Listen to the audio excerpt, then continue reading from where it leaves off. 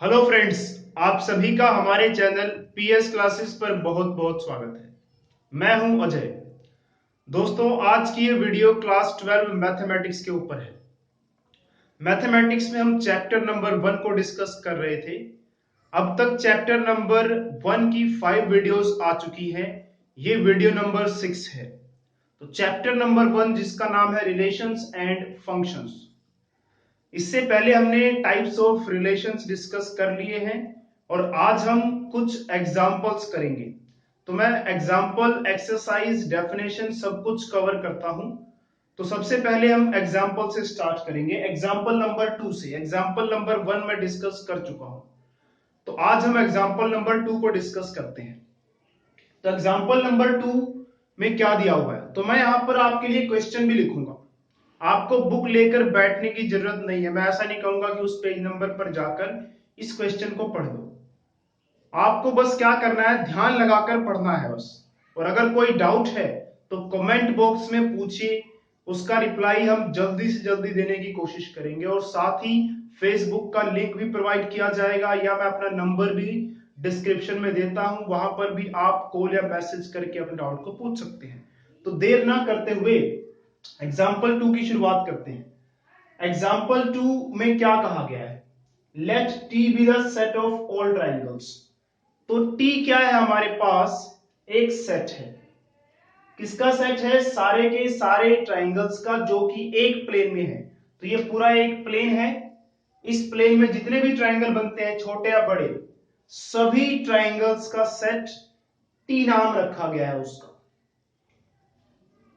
With are a relation, और are क्या है? एक रिलेशन है इन टी। टी का मतलब जो रिलेशन है वो टी में है। टी का मतलब जो हमारे ट्राइंगल्स बने हुए थे, टी क्या था? टी था सेट जिसमें सारे ट्राइंगल्स आ रहे हैं। तो टी का टी के साथ ही रिलेशन है। मान लीजिए हमारे टी सेट में ट्राइंगल 1, ट्राइंगल 2 आती है। तो रिलेशन कैसे बनाया जाएगा? टी का टी के साथ ही बनाया जाएगा। तो रिलेशन जो है वो सेट टी में ही है। और रिलेशन इस तरह से है कि R is equal to T1 T2, ये रिलेशन को बिलोंग करते हैं, such that T1 is congruent to T2। और रिलेशन क्या है उनके बीच में कि T1 जो है वो T2 के कॉन्ग्रुएंट है। शो करना है कि R is an equivalence relation. हमें ये शो करके दिखाना है कि जो रिलेशन R है वो एक इक्विवेलेंस रिलेशन है। इक्विवेलेंस का मतलब जो रिफ्लेक्सिव भी हो, सिमेट्रिक भी हो और ट्रांजिटिव भी हो। तो चलिए स्टार्ट करते हैं। सॉल्यूशन हम इसका किस तरह से लिखेंगे, तो अगर हम बात करें रिफ्लेक्सिव की, तो रिफ्लेक्सिव में क्या होना चाहिए? रिफ्लेक्सिव में सेट के जितने भी एलिमेंट्स हैं वो खुद से रिलेशन में आने चाहिए, खुद से बिलोंग करने चाहिए। एक सेट के एक एलिमेंट का, सेट के हर एक एलिमेंट का खुद से रिलेशन होना जरूरी है, तभी हमारा रिलेशन रिफ्लेक्सिव होगा। तो मान लीजिए हमने T1 की बात की, तो T1 जो है is congruent to T1। T1 congruent होगा T1 के। क्यों होगा? क्योंकि एक ट्राइंगल खुद के वैसी ट्राइंगल से तो कॉन्ग्रुएंट होगा ही होगा। तो T1 is congruent to triangle T1। इसका मतलब ये है कि जो हमारा रिलेशन है कि T1 और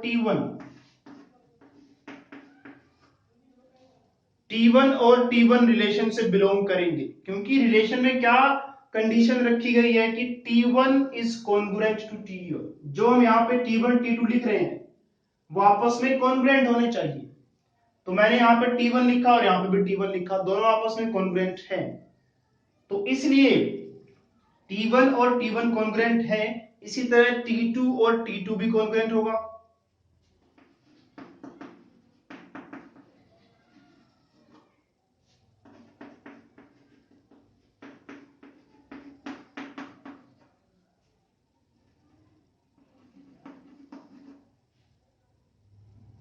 तो सिमिलरली T2 और T2 भी रिलेशन को बिलोंग करेगा, क्योंकि T2 T2 के कॉन्ग्रुएंट होगा।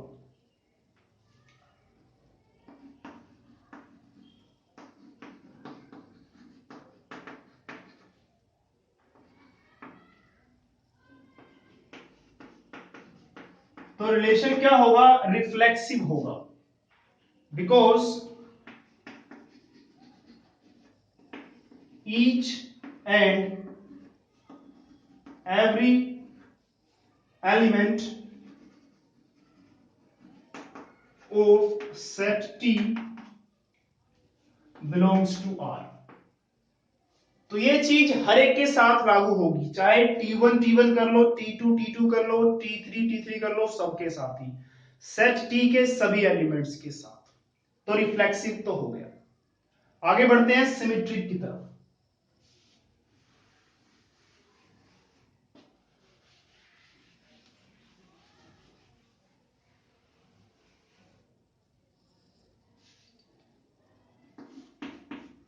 T1 T2 belongs to R।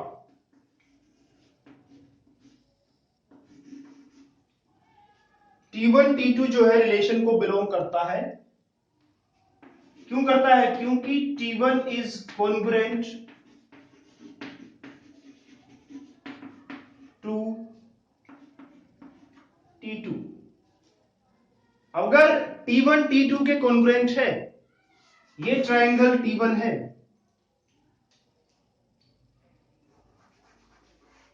मान लीजिए ट्रायंगल T1 है और ये ट्रायंगल T2 है, कॉन्ग्रुएंट की बात की गई है तो दोनों एक जैसी ही होंगी पूरी की पूरी, तो मैं इनको सेम बनाता हूं।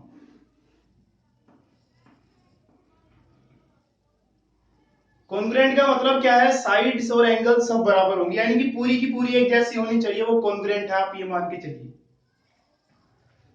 तो T1 T2 के कॉन्ग्रुएंट है, कॉन्ग्रुएंट मतलब इक्वल है, बराबर ही दोनों। अगर T1 T2 के कॉन्ग्रुएंट है तो इसका उल्टा T2 T1 के कॉन्ग्रुएंट भी होगी। अगर T1 T2 के इक्वल है तो T2 T1 के इक्वल भी तो होगी ना। कॉन्ग्रुएंट का मतलब आप इक्वल मान के चलिए समझने के लिए, वैसे लगभग 80% मतलब यही होता है कि इक्वल ही है। तो T1 कॉन्ग्रुएंट है T2 के और T2 कॉन्ग्रुएंट है T1 के, तो होगा ही होगा। T2 will also be congruent to T1। तो अगर T1 T2 के कॉन्ग्रुएंट है तो T2 भी T1 के कॉन्ग्रुएंट होगी। इसका मतलब T2, T1 ये भी रिलेशन में आएगा, तो T1 T2 भी रिलेशन में आ रहा है और उसका उल्टा T2 T1 भी रिलेशन में आ रहा है, तो इसका मतलब यही हुआ ना कि ये सिमेट्रिक है। Hence relation is symmetric।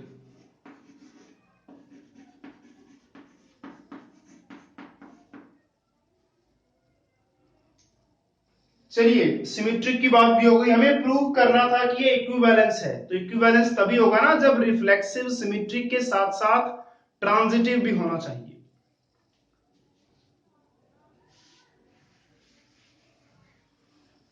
अब ट्रांजिटिव पर बढ़ते हैं।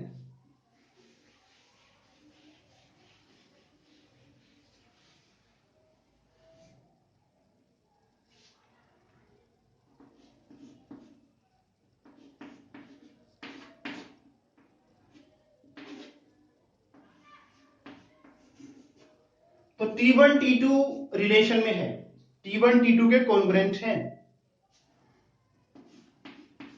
और अगर T2 T3 के साथ रिलेशन में है, रिलेशन क्या है कि दोनों आपस में कॉन्ग्रुएंट होंगे।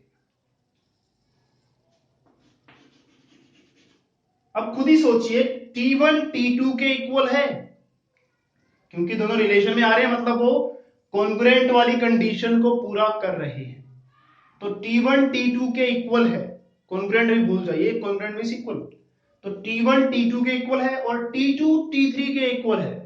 तो सीधी सी बात है, T1 T2 के इक्वल है। मैं तीनों को बना देता हूं यहां पे। ये हो गई T1, ये हो गई T2 और ये हो गई T3। तो T1 T2 के कॉन्ग्रुएंट है और T2 T3 के कॉन्ग्रुएंट है। तो सीधी सी बात है 1 और 3 भी क्या होंगे, कॉन्ग्रुएंट होंगे।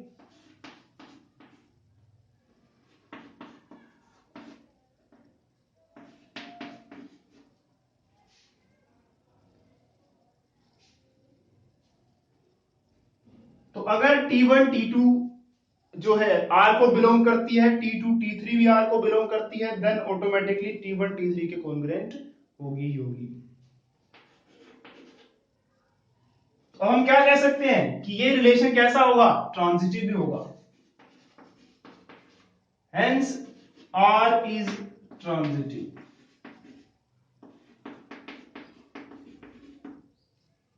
रिलेशन क्या हो गया, ट्रांजिटिव भी हो गया। तो हमने प्रूव कर दिया कि रिफ्लेक्सिव भी है, सिमेट्रिक भी है, तो ट्रांजिटिव भी प्रूव ही कर दिया। तो अब क्या कह सकते हैं कि ये रिलेशन क्या है, इक्विवेलेंस रिलेशन है। देयरफॉर R इज एन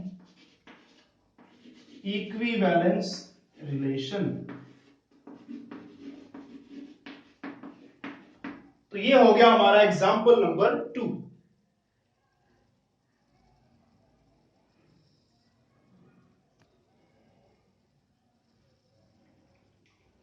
तो दोस्तों आज की वीडियो में बस इतना ही। आई होप आपको एग्जाम्पल नंबर 2 समझ में आ गया होगा, और अगर समझ में आ गया होगा तो वीडियो को लाइक करना ना भूलिए और अपने फ्रेंड्स के साथ भी इसको शेयर कीजिए। और अगर समझ नहीं आया तो वीडियो को डिसलाइक कीजिए और अपने फ्रेंड्स के साथ बिल्कुल भी शेयर मत कीजिए। और चैनल पर नए हैं तो सब्सक्राइब जरूर कीजिए, ताकि आपको ऐसी ही अच्छी अच्छी आपके हिसाब से है, आपको देखना अच्छी है नहीं, तो ऐसी वीडियोस आप तक जल्द से जल्द पहुंच सके। इस चैनल पर आपको बहुत सारी एजुकेशनल वीडियोस मिलेंगी और आगे मिलती रहेंगी, और बहुत सारी एजुकेशनल वीडियोस ऑलरेडी हैं। तब तक के लिए दोस्तों अलविदा और जय हिंद।